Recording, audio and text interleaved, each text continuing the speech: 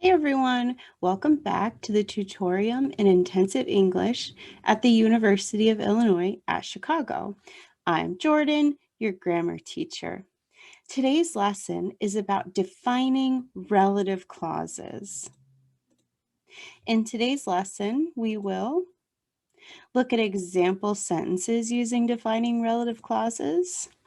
We'll learn the grammar rules and we'll practice with this concept. So first, let's look at some example sentences. Number 1, Spirited Away is a Japanese movie that is very famous. Number 2, the 60s were a time when people started fighting for civil rights in the United States. Number 3, Chicago is a city where people are friendly. And number 4, Rachel is an instructor who has worked at TIE or TIE for a long time. So you might be wondering, where are the relative clauses in these sentences?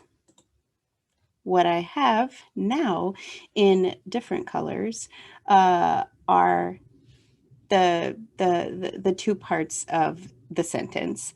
So in the pink, we have a term, and then in the purple, we have the defining relative clause.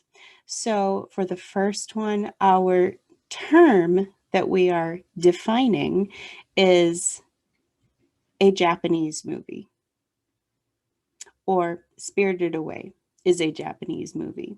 So that entire first half of that sentence, that's something that I'm describing.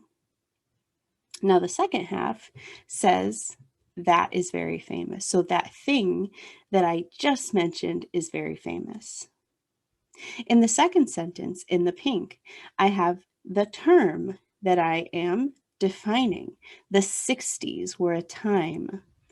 Okay, in the purple, this helps me to define what the 60s were. It was a time when people started fighting for civil rights in the United States.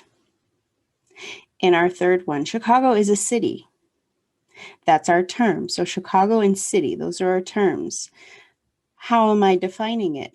Where people are friendly. So Chicago is a city where people are friendly. In our last one, in the pink, we have the term that we are defining. Rachel is an instructor. So we're talking about Rachel, this instructor. How do we define Rachel?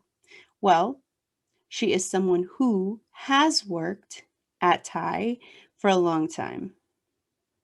So when we talk about relative clauses or why we're using them, the first half of our sentence, you could say, is for the term that we're talking about.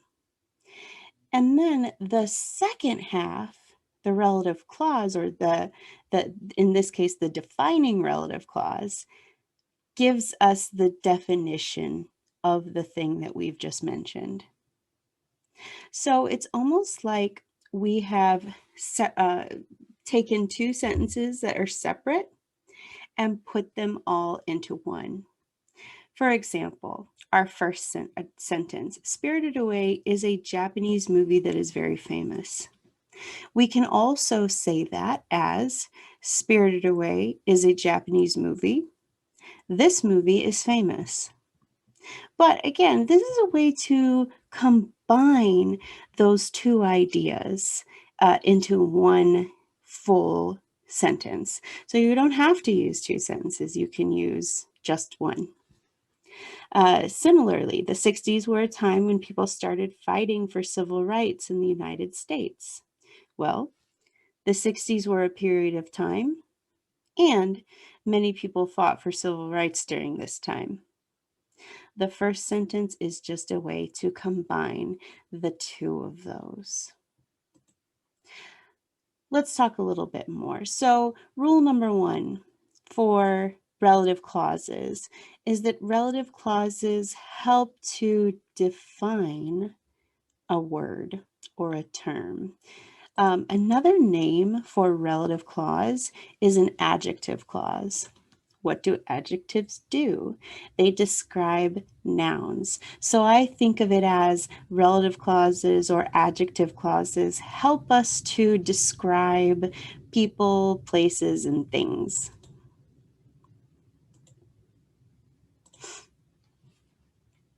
Next, let's see what separates the two.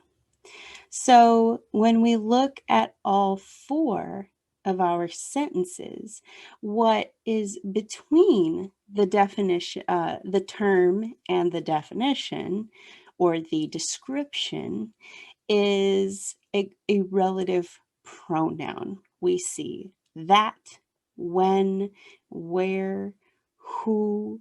You can also add which to this list. We can add whom to this list. So we always divide our 2 parts of the sentence using a relative pronoun. Let's look at some examples. Example 1, Spirited Away is a Japanese movie. This movie is famous. That's the 2-sentence version. Now the 1-sentence version is in line 2. Spirited Away is a Japanese movie that is famous. So sentence 2 from the first listed sentence is transformed using that relative pronoun. So we take out this movie and put in that instead. Similarly, let's look at our second example. The 60s were a period of time. During this time, many people fought for civil rights. Now, to be able to add our relative pronoun, we're going to remove the repetition of time during this time and replace it with a relative pronoun. So the 60s were a period of time when many people fought for civil rights. Next example, Chicago is a city. In this city, people are friendly. So again, that in this city, that's repetitive. We don't need that. We will remove that and add a relative pronoun. Chicago is a city where people are friendly. Last example, Rachel is an instructor. She has worked at TIE for a long time. Let's remove she. We've already mentioned Rachel. We don't need that second she. We really don't. We can put that into one sentence, replace she with who, and now we have Rachel as an instructor who has worked at the Tutorium for a long time. Just a word before we move on to practice. You'll notice that there are a variety of relative pronouns that we can use. The most common ones that we use are actually in this first line here. Who, that, and which and that. Who, of course, is specifically used for people. That, which, and that. Those can all be used for everything else. You can use that for people also. That's totally fine. However, who will never be used for things. Another question that I get frequently is, which one do I use for animals? You can decide which one you want to use.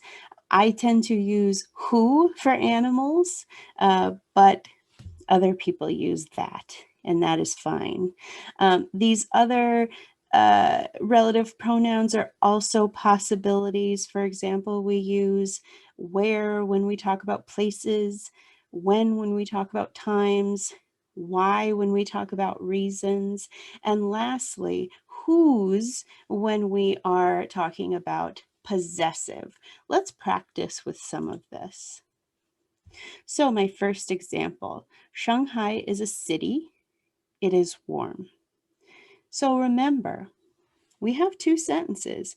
We want to make it one sentence. So let's look at the second sentence. What's repetitive? The it. We don't need it. So what can we use instead of it? Well, we're talking about Shanghai, a city. So we can say Shanghai is a city that is warm. We can also say Shanghai is a city which is warm. That's fine too. I think that I use that more frequently. I'm not sure why, but that seems to be what I do in my speaking. Let's look at another one. Diwali is a holiday. It usually lasts 5 days. Okay, so 2 sentences. Let's look at the second one. It usually lasts 5 days. So that it is repetitive. It's that second subject that we don't need. So how can we replace it? Diwali is a holiday that usually lasts 5 days. Again, you can also say Diwali is a holiday which usually lasts 5 days, and that's fine. Next, Dr. Martin Luther King Jr. was an activist. He fought for the rights of Black Americans. So look at sentence 2. What do we not need? He. What can we replace he with? Dr. Martin Luther King Jr. was an activist who fought for the rights of Black Americans. Again, we're using who because this time we're talking about a person. Next, 2020 was a year. In this year, many bad things happened. We all know this. If you were living in 2020, which I'm sure you were. So in this year, that part is unnecessary. What can we replace in this year with? We can say 2020 was a year when many bad things happened. Again, this is a time, so we could use the word when. We could also say in which many bad things happened. Last one, Islam is a religion. 1.9 billion people follow it. Okay, so we have our second sentence. How can we describe Islam? Islam is a religion which 1.9 billion people follow. Again, we can also replace which, and we can make it that. So Islam is a religion that 1.9 billion people follow. Oh, no, this is our last one. South Korea is a country. Many people feel safe there. Well, let's look at our sentence 2. What's the part of sentence 2 that we don't need? There. We've already said South Korea, so that's maybe not necessary. So how can we combine the two? South Korea is a country where many people feel safe. I can use where because in this case, South Korea, of course, is a place. How you feeling? I know that adjective clauses are pretty tough. especially defining adjective clauses. They take a lot of practice. However, I know that with practice, you will get better. I recommend that what you do on your own is to make a list of things that are important to you and try describing them with defining relative clauses. Uh, if you talk about things that you're interested in, you're more likely to remember the grammar that you're learning. Watch this video again. Watch my next video. It will be on non-defining relative clauses, and just continue to study this concept. It's a tough one to get, but I know you can get it. Anyway, I will see you in the next video.